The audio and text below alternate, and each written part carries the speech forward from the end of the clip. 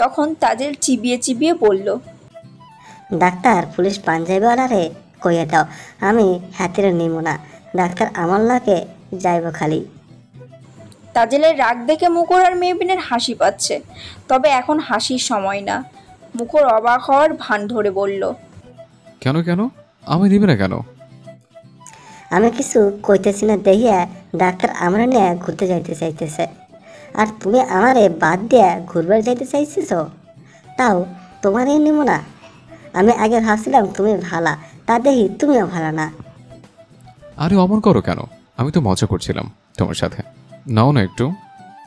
না নিব না, তুমি আমারে রাইখা যাইতে চাইছো, তোমারেও নিব না। আরে নেত্রী, আমি তো পুরনো নেত্রীটা আনার জন্য এসব বলছি। মনে মনে আমি ওসব কই নাই, বিশ্বাস করো। যতই ঢপ মারো, আজ এনে চিড়ে ভিজব না। এখন তোমার ডাক্তারকে উঠে নিয়ে গেলেও তুমি কিছু করতে পারবে না, তুমি তো চেয়ারই থাকবা। ডাক্তার ভালো হইব না কইলাম, কোন সময় জানি হাতের মাথা পেয়েছি আমি বাড়ি মারুম। লাঠি কোথায় পাবা যে বাড়ি মারবা? তুমি তো উঠতেও পারবা না। মুখরের কথা শুনে মেহবিন ওর দিকে তাকিয়ে রইল, আর তাজেল রেগে বলল, আমি খালি ঠিক হই, পুলিশ পাঞ্জাবিওয়ালা আমার হাত থেকে তোমারে ডাক্তারও বাঁচাতে পারবো না। আমি উঠতে পারতেছি না দেখিয়া তোমার আনন্দ লাগতেছে, তাই না? এইবার মুখর সিরিয়াস হয়ে গেল। ও তাজেলের সামনে গিয়ে ওর হাত ধরে বলল, বিশ্বাস করো নেত্রী, তোমাকে এইভাবে দেখতে আমার একটু আনন্দ লাগছে না, কিন্তু কষ্ট লাগছে। আমি তো এই নেত্রীকে কখনো দেখিনি। আমি তো সেই নেত্রীকে দেখেছি যে সবসময় লাফালাফি করে আর ডাক্তারের জন্য আমার সাথে ঝগড়া করে। ডাক্তার সবসময় খেয়াল রাখে। আমি এই নেত্রীকে দেখে একটু আনন্দ পাই না। আমি তো আগের নেত্রীকে দেখে আনন্দ পেতাম। আমি আমার পুরনো নেত্রীকে চাই, যে আমার সাথে ঝগড়া করবে তার ডাক্তারের জন্য। সব শুনে তাজেল ওর দিকে অদ্ভুতভাবে তাকিয়ে রইল, তারপর বলল, আমার দিকে ওরমভাবে তাকাই রয়েছে কে? আর হাত ছাড়ো, পুলিশ পাঞ্জাবিওয়ালা আমার শরম করে। কথাটা শুনে মুখর হা হা করে হাসতে লাগলো। মেহবিন মুচকি হাসলো। মুখর বলল, তুমি জানো, এই কথাটা আমি সব থেকে বেশি মিস করেছি। পুলিশ পাঞ্জাবিওয়ালা আমার শরম করে। তাজেল হেসে ফেললো, তারপর বলল, আজ মাস্ক পরো নাই কে? এখন থেকে আর পড়তে হবে না নেত্রী, এখন সবাই জানে আমি তোমার ডাক্তারের জামাই। তাজেল হাসলো। তখন মেহবিন তাজেলের গালে এক হাত দিয়ে বলল, এভাবে সবসময় হাসি খুশি থেকো নেত্রী। তোমার যেমন তোমার ডক্টরের হাসি মুখটা পছন্দ, আমারও তেমন আমার নেত্রীর হাসি মুখটাই পছন্দ। তোমাকে চঞ্চলতায় মানায়, নীরবতায় নয়। যা হয়েছে ভুলে যাও সবটা, শুধু মনে রেখো তোমার ডক্টর আছে তোমার সাথে, আর সব সময় থাকবে। তোমাকে নিজের আকাশ তৈরি করতে হবে, সাহায্য করবে সে। সব শেষ, আমার নেত্রী সব সময় আমার সাথে আর হাসি খুশিভাবে থাকবে। তাজেল হেসে বলল, তোমার শ্বশুর বাড়িও আমারে নিয়ে যাবে নাকি? হ্যাঁ তো, না হলে আমি শ্বশুরবাড়ি যাবই না। কে কিছু কইব না। তুমি জানো ওই বাড়ির কাকি তার বইন্দে আইনে রাখছিল, 1 বছর পরে কাকার দাদি অনেক কিছু কইছে, পরে ওই খেলা চলে গেছে। তখন মুখর বলল, যেখানে নেত্রীর ডাক্তার আর নেত্রী পুলিশ পাঞ্জাবিওয়ালা আছে, সেখানে কে কি বলবে? তাছাড়া জানো, আমার বাড়ির হোম মিনিস্টার বলেছে তোমাকে নিয়ে যেতে। তাজেল একটু রাজি না বুঝতে পেরে মেহবিনার মুখর অনেকভাবে বোঝালো। পরে সে মানলো, তারপর বলল, ডাক্তার জেনে আমি এখানে থাকুম। এটা শুনে মেহবিনার মুখরের মুখে হাসি ফুটে উঠল। বিকেলটা ওরা সারা গ্রাম চক্কর দিল। রাতে মুখর তাজেলের খুশির জন্য কাচ্চি নিয়ে এলো। মেহবিন খাইয়ে দিল। তিনজনে একসাথে খেলো। মেহবিন তাজেলকে ঘুম পাড়িয়ে দিল। তাজেলও টেডি বিয়ার ধরে ঘুমিয়ে পড়ল। রাত 9টা। মুখর মেহবিনকে পেছনের বারান্দায় ডাক দিল। মেহবিন গেল সেখানে। মুখর ওর হাত ধরে ওর পাশে বসিয়ে দিল আর বলল, আমি কিন্তু তোমার কাজে জয়ী হয়েছে। আমার পুরস্কারের জন্য প্রস্তুত হও। তোমার চোখে এই নগরীর ঘুমন্ত রাত, আধার গলির মৃত্যু ঘটে রাঙা প্রভাত। গন্ধে তোমার ছুটছে কুমার তোমার বাড়ি, হাত বাড়ালে ধরছি তোমার প্রেমের শাড়ি। তোমার প্রেমী সিক্ত মনের শহর তুলে সেই শহরে মুচড়ে দিলাম বিষাদ ধরে। এই সেই শাখা, আমি তুলছি পাতা, আমার নামে গেঁথে নিলাম আবার নকশি কাঁথা। মেহবিন কবিতা শুনে মুচকি হেসে বলল, আপনার পুরস্কার প্রস্তুত কাব্য, কারণ আজ আপনার বিহঙ্গিনী হয়তো খুব খুশি। মুখর মেহবিনের দিকে তাকিয়ে বলল, চলো না বিহঙ্গিনী, একটু নির্জনে হেঁটে আসি। অনেকদিন হলো তোমার হাত ধরে হাঁটা হয় না। নির্জনে হাঁটা সুন্নাত। চলো আজ না হয় একটু সুন্নাত পালন করে। নেত্রী ঘুমিয়ে পড়েছে, সমস্যা নেই। চলুন। মেহবিন আর মুখর সাবধানে বের হলো, সব আটকিয়ে। আজকে পুরো চাঁদ আছে, রাস্তাঘাট পরিষ্কার দেখা যাচ্ছে। ওরা কিছুক্ষণ হাত ধরে হাঁটলো। হাঁটতে হাঁটতে ওরা একটা মাঠের কাছে এসে পড়েছে, আর ওখানেই মুখরের গাড়ি রাখা। মুখর মেহবিনকে বলল, একটু চন্দ্রবিলাস করা যাক গাড়ির উপর বসে। মেহবিন হেসে সাই জানালো। অতঃপর দুজনে গাড়ির উপরে উঠে বসলো। দুজন কিছুক্ষণের জন্য মৌন রইল। মেহবিন চাঁদের দিকে তাকিয়ে আছে, আর মুখর মেহবিনের দিকে। হুট করে মেহবিনের মুখরের দিকে তাকিয়ে বলল, আপনি জানেন কাব্য, আমার একাকিত্বের শহর আমার খুব যত্ন করে গড়া। তাই দেয়াল এতটাই শক্তিশালী যে সহজে কেউ আঘাত করে ঘায়েল করতে পারে না। আমার আমার আমিকে খুব যত্ন করে একাকিত্বের শহরে পুষি, যার দুঃখ প্রকাশ পায় না। আজ কেন যেন আমার দুঃখ প্রকাশ করতে ইচ্ছে করছে। আজ ধৈর্যের বাঁধ ভাঙতে চাইছে। আমি চেয়েও না আমার সহনশীলতাকে ধরে রাখতে পারছি না কাব্য, যে আমি এতকাল ধরে করে এসেছি ধীর স্থিরতার সাথে। আজ সেই আমি বিজয়ী। মেহবিনের কথা শুনে মুখর বলল, রাসূল সাল্লাল্লাহু আলাইহি সাল্লাম বলেছেন, তোমাদের মধ্যে এমন দুটো অভ্যাস রয়েছে যা স্বয়ং আল্লাহ পছন্দ করেন। একটি হলো ধৈর্য ও সহনশীলতা, অপরটি হলো ধীর ও স্থিরতা। সেজন্য তুমি আজ সফল বিহঙ্গিনী। মেহবিন বলল, তবে আমি এতদিন ধৈর্য আর সহনশীল হয়ে থাকলেও আজ ভেতরে চাপা কষ্টগুলো আর চাপা থাকতে চাইছে না। ওই দূর আকাশের দিকে তাকিয়ে দেখেছেন কি কখনো ঠিক কতটা বিশালতা বিরাজমান? যখন রাতের নিস্তব্ধতার সাথে থাকে অসংখ্য তারা আর একটা মাত্র শুভ্র রাঙা জ্যোৎস্না মাখা চাঁদ, কখনো কি সাগরের দিকে তাকিয়ে ভেবেছেন তার গভীরতা ঠিক কতটা? আমার সবাই থেকেও কেউ নেই কাব্য। কাব্য, আজ কি আপনি আমার এক টুকরো চাঁদ হবেন, যার কাঁধে মাথা রেখে আমি আমার সকল কষ্ট বেদনা ভুলে একটু প্রাণ খুলে নিঃশ্বাস নেব? একটুখানি আগলে নেবেন কি আপনার বিহঙ্গিনীকে? মেহবিনের কথায় মুখরের চোখ ছলছল করে উঠল। মুখর বুঝতে পারলো চাঁদের দিকে তাকিয়ে সে এতক্ষণ নিজের জীবনের হিসাব মিলাচ্ছিল। মুখর মেহবিনকে খুব শক্ত করে এক হাত দিয়ে জড়িয়ে ধরল। মেহবিন মুখরের কাঁধে মাথা রাখলো আর বলল, তোমার কাব্য সবসময় আছে তোমার সাথে বিহঙ্গিনী, আর সারা জীবন তোমায় আগলে নেবে। মেহবিন পাশে তাকালো আর বলল, অনেক রাত হয়ে গেছে, চলুন কাব্য, বাড়ি চলে যাই। বলেই মেহবিন গাড়ির ছাদ থেকে নামার জন্য এগোলো। মুখর কিছু একটা আন্দাজ করে ওকে নামাতে সাহায্য করলো আর নিজেও নামলো। কিছু দূর আসতেই মুখর মেহবিনকে কোলে তুলে নিল আর বলল, এই মুখর শাড়ি আর কাব্য কখনো তার বিহঙ্গিনীকে কষ্ট পেতে দেবে না। ভালোবাসার চাদরে মুড়িয়ে রাখবে সর্বদা। অতীত। এই যে পাঞ্জাবিওয়ালা, আপনি কি সব সময় পাঞ্জাবি পরেই থাকেন? মেহবিনের কথায় মুখর অবাক হয়ে তার দিকে তাকিয়ে গাড়ি ব্রেক করলো। সে আর নাইফা এসেছিল তার দাদিকে চেক আপ করানোর জন্য। এখানে মেহবিনকে দেখতেই দাদিজান তার কথা বলতে লেগে গেল। মেহবিন সৌজন্যতার খাতিরে কথা বলতে লাগলো। এরপর মেহবিন বলল তার একটু নীলক্ষেত যেতে হবে কিছু বউয়ের জন্য। কথাটা শোনা মাত্রই দাদিজান মুখ বলল মুখরকে ওকে নীলক্ষেত পৌঁছে দিতে। ওখান দিয়ে মুখর একটা কাজে যাবে, এই জন্য নাফিয়াকেও এনেছে যাতে দাদিজানের সাথে বাড়ি যেতে পারে। দাদিজানের কথায় মুখর না করলো না, তবে মেহবিন করলো। দাদিজান অনেক বলে কয়ে তাকে রাজি করালো। অতপর মেহবিন মুখরের সাথে গেল। বরাবরের মতো এবারও মেহবিন পেছনে বসলো। আজ মুখর কিছুই বলল না, তবে অনেকবার আর চোখে তাকে আয়নায় দেখেছে। এবার পড়াশোনার বিষয়েও কথা বলেছে। তারপর কথার প্রেক্ষিতে হুট করে মেহবিন উক্ত কথাটা বলে দিল। গাড়ি থেমে গেছে। মুখর বলল, হুট করে এমন প্রশ্ন কেন আপনার মনে উদয় হলো? মেহবিন হেসে বলল, আজ পর্যন্ত যতবার আপনাকে দেখেছি ততবারই পাঞ্জাবিতে দেখেছি, তাই বললাম। হ্যাঁ, আসলে আমার পাঞ্জাবি পরতে অনেক ভালো লাগে, তবে পাঞ্জাবিওয়ালা নামটা বেশ ভালো লাগলো। এরপর থেকে না হয় এই নামেই ডাকলেন। মেহবিন হেসে বলল। এখন গাড়ি স্টার্ট করুন। মুখর গাড়ি স্টার্ট করলো। অতপর নীলক্ষেত পৌঁছালো।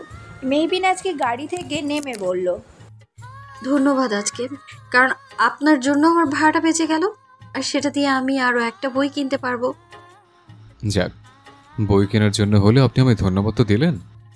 মেহবিন মুচকি হেসে বলল, দিলাম, তবে বই কিনতে পারবো দেখেই না হলে দিতাম না, কারণ এটা আপনার। হ্যাঁ হ্যাঁ জানি, কারণ এটা আমার দায়িত্ব, কারণ দাদিজান আপনাকে জোর করে পাঠিয়েছে। মেহবিন উল্টো দিকে ঘুরে গেল। তখন মুখর বলল, আল্লাহ হাফেজ, ফি আমানিল্লাহ। মেহবিন না ঘুরেই বলল। ইনশাআল্লাহ। মেহবিন চলে গেল। তবে আজ মুখরের ভালো লাগলো। ও উকি দিয়ে দেখলো মেহবিন কি বইগুলো দেখছে। ও দেখলো একাডেমিক বইয়ের পাশাপাশি কিছু গল্পের বইও দেখছে। কিন্তু ওর আজ নামার সময় নেই, তাই ঘড়ির দিকে তাকিয়ে ও চলে গেল। এটা ছিল মেহবিন আর মুখরের তৃতীয় দেখা। এভাবেই কেটে গেল আরও 3 মাস। মেহবিন পুলিশ স্টেশনে এসেছে একটা মেয়েকে নিয়ে, আর রিপোর্ট লেখানোর জন্য পুলিশ অফিসারের কেবিনে ঢুকতেই দেখলো মুখরকে। তাকে দেখেও বলল, পাঞ্জাবিওয়ালা, আপনি এখানে? তার মানে আপনি একজন পুলিশ অফিসার? মেহবিনের কথায় মুখর অবাক হয়ে ওর দিকে তাকায়। 3 মাস পর আবারও ও মুখটা দেখতে পাবে এটাও ভাবতে পারেনি। মুখর আজ ইউনিফর্মে আছে। মুখর হেসে বলল, জি, আমি একজন পুলিশ অফিসার। আপনি এখানে দাঁড়িয়ে আছেন কেন? বসুন। মেহবিন আর মেয়েটা বসলো। তখন মুখর বলল, চা না কফি? আপাতত কোনো কিছুই না, একটা রিপোর্ট লেখাতে এসেছি। মুখর মেয়েটার দিকে তাকিয়ে আরেকবার মেহবিনের দিকে তাকিয়ে বলল, জি, কি রিপোর্ট? ও হচ্ছে আমাদের দারওয়ান কাকার মেয়ে লতা। ওর বোন আর আমি একই সাথে পড়ি। ওর বোনের মুখে গতকাল একটা ছেলে এসিড নিক্ষেপ করেছে, এই জন্যেই রিপোর্ট লেখাতে এসেছি। আপনি কি ছেলেটার চেহারা দেখেছেন? জি দেখেছি, আর তাকে চিনিও। ছেলেটা কে? একজন নেতার ছেলে, আর সে আমাদের কলেজেই পড়ে। আপনি তার বিষয়ে সকল ডিটেলস দিয়েছেন। ইনশাল্লাহ কালকের মধ্যে সে লকআপের ভেতরেই থাকবে। মেহবিনের সব কিছু দিয়ে গেল। আর পরের দিন মুখর গেল মেডিকেলে। মেহবিন ছেলেটাকে দেখিয়ে দিল। মুখর ছেলেটাকে অ্যারেস্ট করলো। তখন ছেলেটা চিৎকার করে উঠল, কে করেছে তার নামে রিপোর্ট। আর কোনো প্রমাণ আছে? কে দেখেছে? কে? মুখর জানালো সরকারই দেখেছে, সরাসরি দেখেছে, এরকম প্রমাণ আছে। অতপর ছেলেটাকে ধরে নিয়ে যাওয়া হলো। কেস কোর্টে উঠলে মেহবিন বলল সে সাক্ষী দেবে। ততদিনে ছেলেটার বাবা জেনে গেছিল মেহবিন সব করেছে। তাই পরের দিন কলেজে সবার সামনে ওকে অপমান করার চেষ্টা করে, আর ওর হাত ধরে হিজাব নিয়ে টানাটানি করে। এসব দেখে মেহবিন আর সহ্য করতে না পেরে সব কটাতে মেরে শুটিয়ে দিল। সেদিনে মাহফুজ সারিয়ার হাসপাতালে গেছিলেন। একটা কাজে তিনি সব দেখতে পান। তিনি মুখরকে ফোন করে। মুখর তাড়াতাড়ি করে চলে আসে। ছেলেগুলোকে ধরে নিয়ে যাওয়া হয়। মুখর মেহবিনের দিকে পানির বোতল এগিয়ে দিয়ে বলল, নেন পানি খান, অনেকটা হাঁফিয়ে উঠেছেন। মেহবিন তার দিকে তাকিয়ে বলল, দরকার নেই, ঠিক আছি আমি। আপনাকে একা ছাড়া উচিত হবে না, যতদিন ধরে নেতার ছেলের কেসটা শেষ হয়। সমস্যা নেই, কিছু হবে না আমার। কালকে কেস কোর্টে উঠবে, আমি নিয়ে যাবো আপনাকে। একা যাওয়ার দরকার নেই, কারণ আপনি হচ্ছেন এই কেসের মূল প্রমাণ। আর মেয়েটাকেও আমি সেফটি দিয়ে রেখেছি। ঠিক আছে। যখন মুখরের নজর গেল মেহবিনের হাতে, হাত দিয়ে রক্ত পড়ছে, হয়তো কেটে গেছে। মুখর ওর হাত ধরে বলল, আপনার হাত তো দেখি অনেকখানি কেটে গেছে, ব্যান্ডেজ করতে হবে তো। মেহবিন হাত সরিয়ে নিয়ে বলল, কোনো পুরুষ মানুষ আমার হাত ধরুক এটা আমার পছন্দ নয়। আমাকে নিয়ে আপনার ভাবতে হবে না, আমি নিজের কাজ নিজেই করে নিতে পারি। বলেই মেহবিন চলে গেল। মুখর ড্যাব ড্যাব করে ওর দিকে তাকিয়ে রইল। পরের দিন মুখর এলো ওকে নিতে। মেহবিন সাক্ষী দিল, তার কারণে ছেলেটার সাজা হলো। নেতা মেহবিনকে অনেক কথা শোনালো, আর একটা সামান্য দারোয়ানের মেয়ের জন্য দাঁড়িয়ে নিজের জীবনের রিস্ক নিল। ওকে ছাড়বে না এসব বলতে বলতেই এক সময় মেহবিন সবার সামনে নেতার হাত ধরে নিয়ে গেল হাসপাতালে। পেছনে মুখরও গেল। মেহবিন সেই অ্যাসিড নিক্ষেপ করা মেয়েটার কেবিনের সামনে গিয়ে তাকে দেখিয়ে বলল, এই মেয়েটাকে দেখেছেন? সে একজন মেডিকেল স্টুডেন্ট। আপনি জানেন এই মেয়েটা কতটা কষ্ট করে পড়াশোনা করছে? সে একজন দারোয়ানের মেয়ে, এই জন্য তাকে কেউ দাম দিতে চায় না। তবুও সে দিন শেষে একটা মেডিকেল স্টুডেন্ট। আপনার ছেলে যে কাজটা করেছে আপনি তার উপর কোনো কিছু না করে আমার উপর কালকের মতো আবার জঘন্য একটা কাজ করলেন। আচ্ছা, কেউ যদি আপনার মুখে অ্যাসিড দেয় বা আপনার মেয়ের উপর অ্যাসিড নিক্ষেপ করে তাহলে আপনার কেমন লাগবে? দেখুন এই মেয়েটাকে কিভাবে নিস্তেজ হয়ে শুয়ে আছে। সে কি সুস্থ স্বাভাবিক একটা জীবন পাবে? সমাজে কি তাকে আর কি চোখে দেখবে মানুষ বলুন? আপনিই বলুন, যে অ্যাসিড মারে তাকে তো সবাই একসময় ভুলে যায়, কিন্তু যার গায়ে অ্যাসিডটা লেগে থাকে সে কি ভুলতে পারে? না সমাজ ভুলতে দেয় তাকে? অ্যাসিডে মুখ ঝলসে যাওয়া মেয়েকে সবাই আঙুল তুলে দেখিয়ে দেয় তার জায়গাটা কোথায়। আমি জানি আপনার আমার উপর অনেক রাগ, কিন্তু আমি মনে করি এই মেয়েটার কষ্টের কাছে এসব কিছুই না। আপনি তো একজন নেতা, আপনার কাজ মানুষের সেবা করা, কিন্তু আপনি কি করছেন নিজেকে একবার প্রশ্ন করুন তো। আপনার ছেলে ছেলে আর দারোয়ানের মেয়ে মেয়ে বলে তার কোনো দাম নেই, তাই না? একটা কথা মনে রাখবেন, যার পেশা যেমনই হোক না কেন প্রত্যেকটা বাবার কাছে তার সন্তান তার কলিজা। বলে মেহবিন ওখান থেকে চলে গেল। সেই নেতাটা ঠাই দাঁড়িয়ে রইল। একটা সময় তার চোখ দিয়ে পানি গড়িয়ে পড়ল। সে দারোয়ানের কাছে গিয়ে ক্ষমা চাইল আর বলল ওই মেয়েটার সব দায়িত্ব সে নেবে। মুখর মুগ্ধ হয়ে গেল মেহবিনের কাজে। এভাবে হয়তো সেও বোঝাতে পারতো না। এভাবে কেটে গেল কয়েকদিন, কিন্তু ও কয়েকদিন মুখর ঠিকঠাকভাবে ঘুমাতে পারল না। চোখ বুঝলেই মুখরের মেহবিনের চেহারা ভেসে ওঠে। মেহবিনকে দেখা যেন তার অভ্যেস হয়ে দাঁড়িয়েছে। সে পুলিশ স্টেশনে যাওয়ার সময় মেহবিনকে এক নজর দেখার জন্য অপেক্ষা করে। মুখর বুঝতে পারছে ও মেয়েটার মায়ায় পড়ে গেছে। মুখর সাহস করে একদিন মেহবিনের কাছে গেল। সেদিন সে পাঞ্জাবি পরে গেল। মেহবিনের সামনে দাঁড়িয়ে বলল, মিস মেহবিন, আপনার সাথে কিছু কথা আছে। মেহবিন মুখরকে একদম আশা করেনি, দেখেই বোঝা যাচ্ছে। ও বলল, আপনি এখানে? আপনার সাথে কিছু কথা আছে, চলুন। কোথায় যেতে হবে?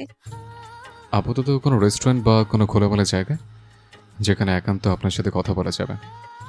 ভয় নেই, শুধু কথাই বলবো। আপনার সাথে একান্তে কথা বলার কোনো সম্পর্ক কি আছে আমাদের? তাছাড়া একটা ছেলে মেয়ের একান্তে কথাবার্তা বলা বা মেলামেশা উচিত নয়? তাহলে না হয় একটু দূরত্বে রেখে চলুন। আশেপাশে মানুষ থাকবে, তবে কি আমাদের কথা শুনতে পাবে না। মেহবিন চারিদিকে একবার তাকালো। সবাই ওর দিকে আর চোখে তাকিয়ে আছে। ও এখানে না থাকাই ভালো মনে করলো। ও কলেজের পেছনে একটা জায়গা আছে, ওকে নিয়ে সেখানে গেল। মেহবিন একবার মুখরের দিকে তাকিয়ে বলল, বাহ, পাঞ্জাবিওয়ালা দেখছি আজ পাঞ্জাবি পরে এসেছে। মুখর হেসে বলল, নামটাই দিয়েছেন পাঞ্জাবিওয়ালা, তাই পাঞ্জাবি পরে আসাটাই ভালো মনে করলাম। তা কি বলবেন বলুন? মুখর মেহবিনের দিকে তাকিয়ে বলল, দেখুন, আমি তেমনভাবে মনের কথাগুলো সাজিয়ে বলতে পারি না। আমি বোধহয় আপনাকে পছন্দ করি এবং হয়তো ভালোবাসি। কারণে অকারণে আপনাকে দেখতে ইচ্ছা করে। আমি চাই এই অনুভূতিটা খারাপ দিকে যাওয়ার আগে আমাদের নতুন এক হালাল সম্পর্ক হোক। তাই বলছে, আপনি কি আমায় বিয়ে করবেন বিহঙ্গিনী? মুখরের বিয়ের প্রস্তাবে মেহবিন অবাক হলো। আর সবচেয়ে বেশি অবাক হলো বিহঙ্গিনী শুনে। ও বলল, বিহঙ্গিনী? বিহঙ্গিনী। আপনার ডায়েরির ওপরে তো কাপের বিহঙ্গিনী লেখা ছিল, তাই আমি আমার একান্ত পছন্দের মানুষটির নামকরণ করেছি বিহঙ্গিনী। আপনি আমার ডায়েরি কোথায় পেলেন? পাইনি, আপনার হাতে লেখা দেখেছে বহুবার। আপনি আর মনে কিছু লেখেন তাতে। আপনি আমার উপর নজর রাখেন? মুখর মাথা চুলকিয়ে বলল, না মানে, আপনাকে দেখতে ইচ্ছে হতো তখন একটু। সেসব বাদ দিন, আপনি বলুন না, আপনি আমার কথায় রাজি কিনা। মেহবিন চোখ মুখ শক্ত করে বলল, না। মুখরের মুখটা ছোট হয়ে গেল, তবুও বলল, কেন, আপনি কি আমায় অপছন্দ করেন? এখানে পছন্দ অপছন্দের ব্যাপার নয়, ব্যাপারটা হলো আমার আমার জীবনে কাউকে জড়াতে চাই না আমি, আর বিয়েও করতে চাই না এখন। আমি আপনার জন্য অপেক্ষা করব বিহঙ্গিনী। যতদিন অপেক্ষা করতে হয় ততদিন না হয় অপেক্ষা করব। আপনার জীবনে যখন আপনি আপনার জীবনসঙ্গীকে গ্রহণ করবেন, আর জীবনসঙ্গী যেই হোক না কেন, সে মানুষ না হয় আমি হব। আমি চাই না কেউ আমার জন্য অপেক্ষা করুক। আপনি যতবারই বলুন না কেন আমার উত্তর না হবে। আশা করি আপনি আমার উত্তর পেয়ে গেছেন। বলেই মেহবিন ওখান থেকে চলে গেল। মুখরের চোখটা ছলছল করে উঠল। জীবনের প্রথম কোনো মেয়ের ওপর ওর অনুভূতি তৈরি হলো, আর সেই মেয়েটা কতটা সহজেই না ওকে রিজেক্ট করে দিল। মুখর ভরাক্রান্ত মন নিয়ে গেটের কাছে এলো। মিশু আর আরবাজ বন্ধুর জন্য এখানে এসেছে। ওকে দেখে মিশু আর আরবাজ বলল,